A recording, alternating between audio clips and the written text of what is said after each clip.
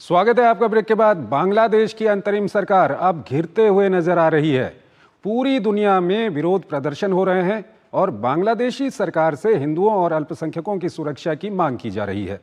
भारत के विदेश मंत्री एस जयशंकर ने भी संसद में बताया कि बांग्लादेश में हिंदुओं पर हमले को भारत सरकार ने गंभीरता से लिया है और बांग्लादेश सरकार से बात की है। वहीं अमेरिका में धार्मिक स्वतंत्रता के शीर्ष संगठन के पूर्व आयुक्त ने भी बांग्लादेश में हिंदू समुदाय पर हो रहे अत्याचार को लेकर दुनिया, खासकर पश्चिमी देशों की चुप्पी पर सवाल उठाए हैं। ये रिपोर्ट देखिए।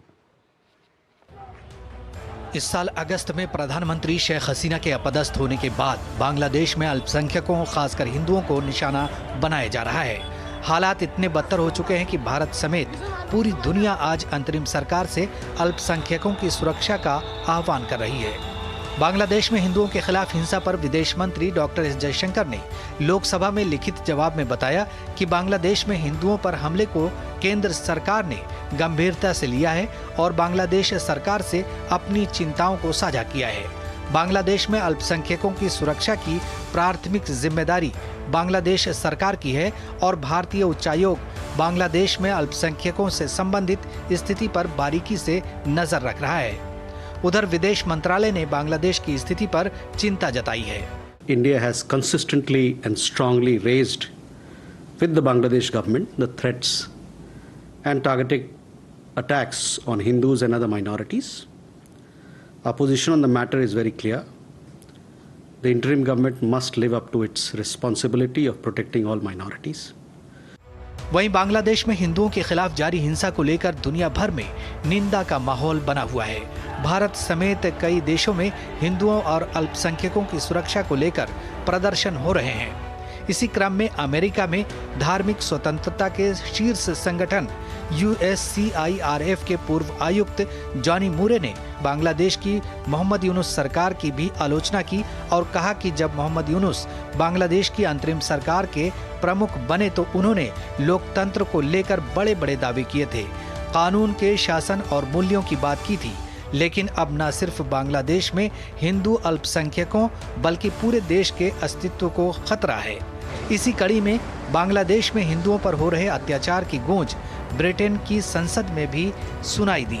ब्रिटेन की संसद में कंजर्वेटिव सांसद बॉब ब्लैकमैन ने बांग्लादेश में हिंदुओं के खिलाफ जारी हिंसा का मुद्दा उठाया। इस दौरान उन्होंने कहा कि बांग्लादेश में हिंदुओं के घर और मंदिरों को निशाना बनाया जा रहा है। वहां पर धार्मिक अल्पसंख्यकों को सताया जा रहा है। इस्कॉन पर प्रतिबंध लगाने की कोशिश की जा रही है। इस बीच बांग्लादेश के वित्तीय अधिकारियों ने इस्कॉन से जुड़े 17 लोगों के बैंक खातों पर 1 महीने के लिए रोक लगा दी है। इसमें चिन्मय कृष्ण दास का खाता भी शामिल है।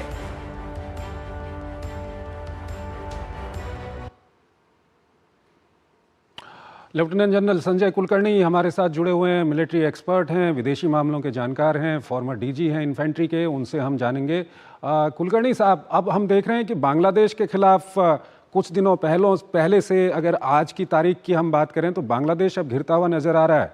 भारत की संसद में विदेश मंत्री की ओर से कहा गया, उसके अलावा ब्रिटेन की संसद में ये आवाज़ उठी है, अमेरिका में आवाज़ उठ रही है। क्या कुछ कहेंगे? जरूर चंद्रशेखर जी, इस पे कोई शक नहीं कि पश्चिमी देश दे रहा है, दुरुस्त है। बहुत पहले ही सबने आवाज उठानी थी, क्योंकि बांग्लादेश में जो हो रहा है वो चिंताजनक है।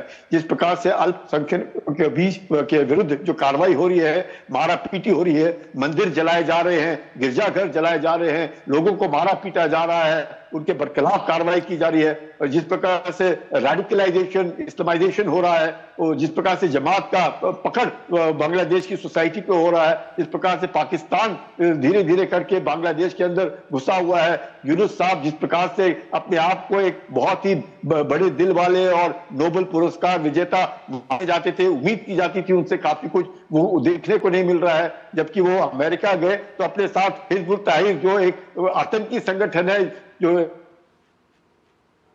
जिसने पूरा सक्रिय रोल प्ले किया शेख हसीना को गिराने में, वो देख रहे हैं। तो मुझे लगता है बांग्लादेश के अंदर भी अब लोगों को लग रहा होगा कि जिस प्रकार से कार्रवाई हो रही है वो बिल्कुल ही गलत है और बंगालियों को खुद बांग्लादेश के अंदर ये लग रहा है कि ये गलत कार्रवाई हो रही है और ये जो धीरे धीरे करके जो रेडिकलाइजेशन है, इस्लामाइजेशन है, जो जिसका असर अब देखने को मिल रहा है, बांग्लादेश नेशनलिस्ट पार्टी हो गई, उनके साथ जो जमायत इस्लामी हो गए, ये सब मिलकर के अल्पसंख्यकों को मारने भगाने, मतलब किसी प्रकार से देश छोड़ जाए उसके ऊपर जो उनकी सोच है उसको लेकर के अब पश्चिमी देशों में, अमेरिका में हुआ, इंग्लैंड में हुआ, यूरोपियन यूनियन में हुआ, अब उन्हें लग रहा है कि वाकई बांग्लादेश में जो स्थिति है उनके धीरे धीरे करके उनकी आर्थिक स्थिति बिगड़ गई है, उनका मूडी रेटिंग घट गया है, उनके पास अब पैसे नहीं रहे हैं, एनर्जी सेक्टर को पैसे देने के काबिल नहीं रहा।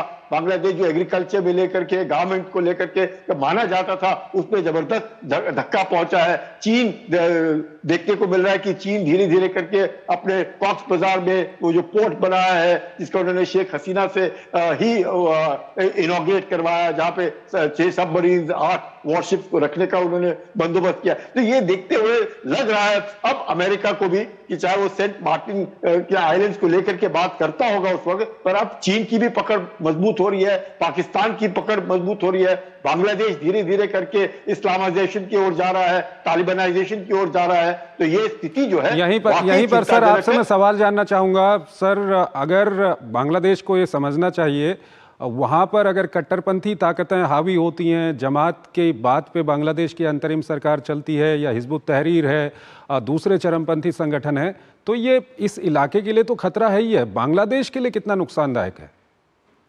टोटल नुकसानदायक, इसमें कोई शक ही नहीं है। जो वहां के आवाम है वो मुसलमान जरूर है, इसमें कोई शक नहीं कि 90% से ज्यादा वहां पे मुसलमान है, और वहां के जो मुसलमान है उनकी सोच अलग है। उस सोच में बंगाली कल्चर का जो इन्फ्लुएंस है बहुत अच्छा इन्फ्लुएंस है। यही कारण है कि दोनों मिल करके बहुत अच्छी तरह दुर्गा पूजा में भाग लेना, बाकी इसमें सब में एक साथ रहना, और जो वहां पे हिंदू हैं उनका जो कल्चरल जो आउटलुक था, उनका जो पढ़ाई में जो सोच थी, उसमें सभी कुछ था, जिसके कारण बांग्लादेश में जिस प्रकार से बांग्लादेश पिछले 20 साल में कुछ मकाम हासिल कर सका और विश्व में गारमेंट एक्सपोर्ट को लेकर के धीरे धीरे करके उनका पर कैपिटा इनकम बढ़ रहा था। शेख हसीना वहां पे डेवलपमेंट की ओर ध्यान दे रही थी, वो तो सब हट गया। अचानक आप देखते हैं कि 100 दिन में बांग्लादेश स्टेबलाइज होने की जगह बिल्कुल डिस्टेबलाइज हो गया, उसकी इकोनॉमिक हालत खराब हो गई, पॉलिटिकल कंट्रोल खराब हो गया, गवर्नेंस खत्म हो गया, स्टूडेंट्स बॉडी समाप्त हो गई।